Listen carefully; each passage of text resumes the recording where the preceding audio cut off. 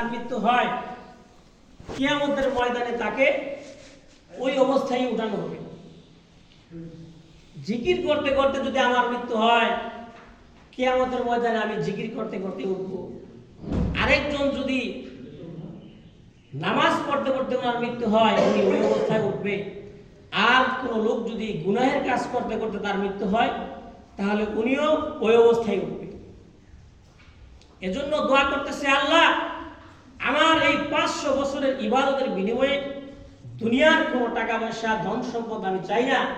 আমি তোমার কাছে চাই আমার মৃত্যু যেন সেজদারত অবস্থায় হয়, এবং মৃত্যুর পরে আমার লাশ যেন পোকা মাকড় না খাইতে পারে, মাটি যেন আমার লাশকে ধ্বংস করে না দেয়, অক্ষত অবস্থায় যেন থাকে। আল্লাহ পাক রব্বুল আলামিন তার এই দোয়াও কবুল করে নিলেন। বলেন সুবহানাল্লাহ।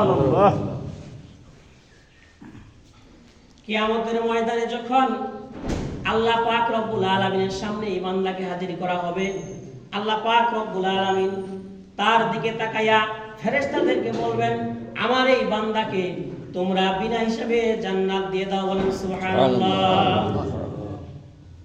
আমার দয়ায় তাকে তোমরা জান্নাতে প্রবেশ করাও। এখন এই বান্দা চিন্তা করতেছে যে আমি 500 বছর ইবাদত করলাম, এখন আল্লাহ পাক বলতেছে যে আমার দয়ায় জান্নাত দিয়ে দাও, তাহলে আমার ইবাদতের মূল্য কই? উনি বলতেছে যে না আল্লাহ, আমি তো 500 বছর তোমার ইবাদত করেছি, তাহলে আমি আমার ইবাদতের বিনিময়ে জান্নাত নিব। তখন আল্লাহ পাক রব্বুল আলামিন বলতেছে, বান্দা তুমি আমার সঙ্গে হিসাব মিলাইতে চাও? তোমাকে যে আমি নিয়ামত দিয়েছি, তুমি কি সেই নিয়ামতের গণনা করে কোনোদিন শেষ করতে পারবা?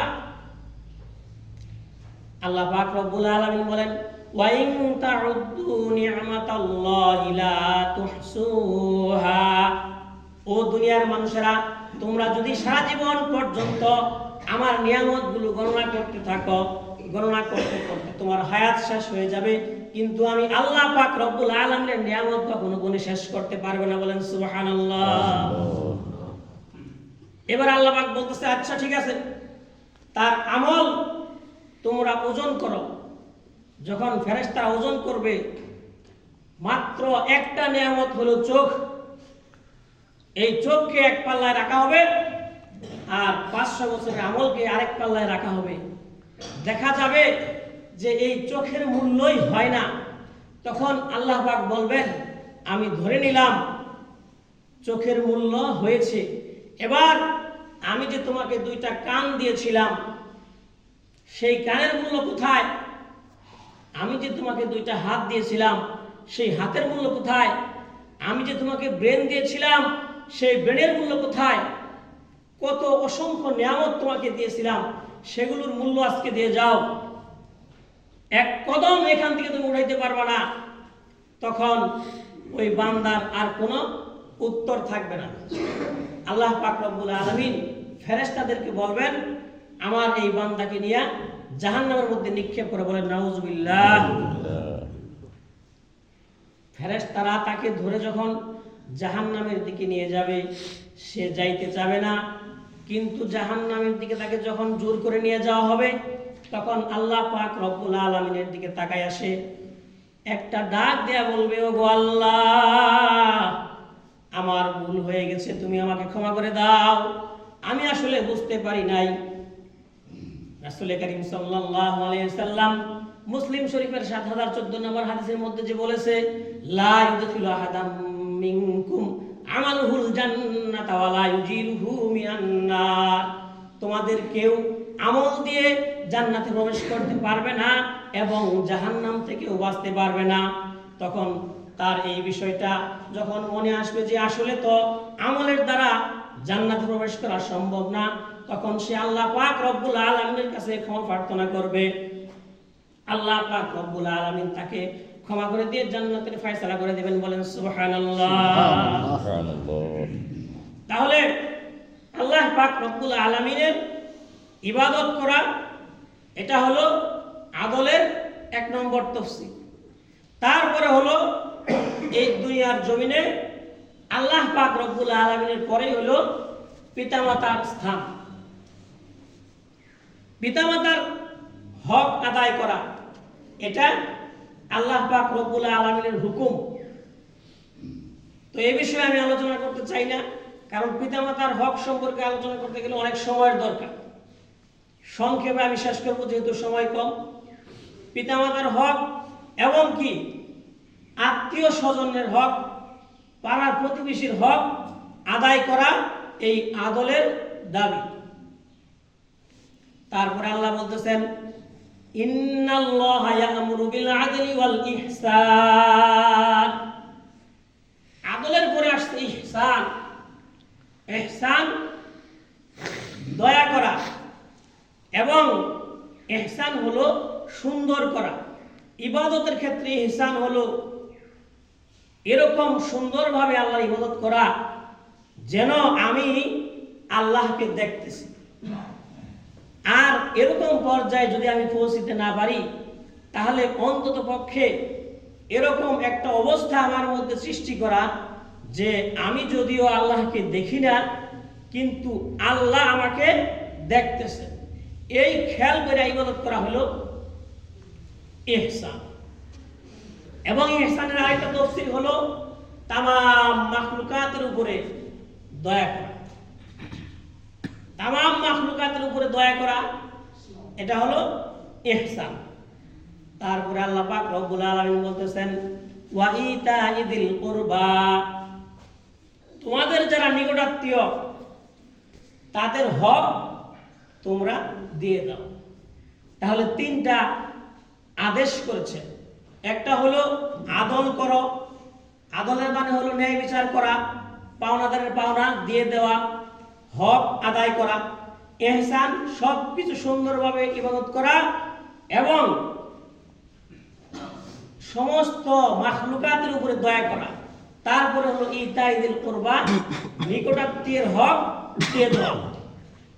এই 3টা আদেশের পরে আল্লাহ পাক বলতেছেন ওয়ায়ানহা আনিল ফাহশাই ওয়াল মুনকারি ওয়াল বাগই। এইখানে আবার 3টা নিষেধ করেছে। প্রথম অংশে 3টা আদেশ, পরের অংশে 3টা নিষেধ। ওয়ায়ানহা আনিল ফাহশা, তোমরা দূরে থাকো, বেঁচে থাকো যাবতীয় প্রকারের অশ্লীলতা থেকে। ওয়াল মুনকার, এবং যাবতীয় প্রকারের মন্দ কাজ থেকে।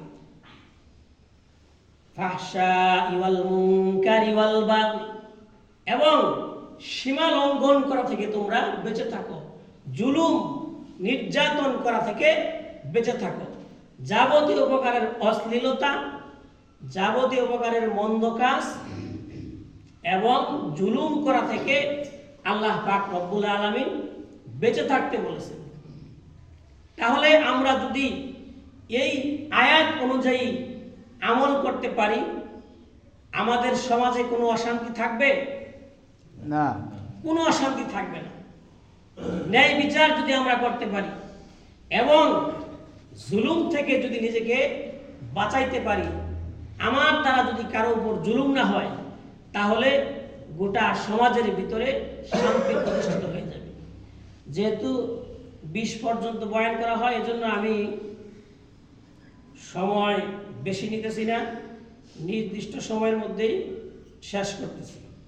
তো এই আয়াত থেকে আমরা যা জানলাম এবং হাদিস থেকে আমরা যা জানলাম, মূল কথা হলো যে আল্লাহর হক ইবাদত করা, ইবাদত করতে হবে। কিন্তু রাসূল যে হাদিসটা বলেছেন, এই হাদিস থেকে কি বোঝা যায়? আমরা যতই ইবাদত করি, আমাদের ইবাদত দিয়ে আমরা জান্নাতে যেতে পারবো না। এজন্য আমাদের মধ্যে যেন ইবাদত করতে যাই আবার কোনো অহংকার না আসে। ইবাদত করতে যাই যদি অহংকার আসে, তাহলে কিন্তু আমরা ধ্বংস হয়ে যাব। কারণ আল্লাহ পাক যদি আমাদের হিসাব নেয়, আমাদের পক্ষে হিসাব দিয়ে জান্নাতে যাওয়া সম্ভব না। তো সবসময় প্রার্থনা করতে হবে আল্লাহ পাক যেন আমাদেরকে বিনা হিসাবে জান্নাত দান করে। সকলে বলুন আমিন। আমিন। সংক্ষিপ্ত কথাবার্তা যাই কিছু বললাম, আল্লাহ পাক রব্বুল আলামিন আমাদের সবাইকে এই যে সূরা নাহালের 90 নম্বর আয়াত, এই আয়াতের চাহিদা মোতাবেক আমাদেরকে আমল করার তৌফিক দান করুন। সকলে বলুন আমিন। আমিন। ওয়া আখির দাওয়ানা আলহামদুলিল্লাহি রাব্বিল আলামিন। যারা পরে আসছেন তারা সুন্নাত আদায় করুন।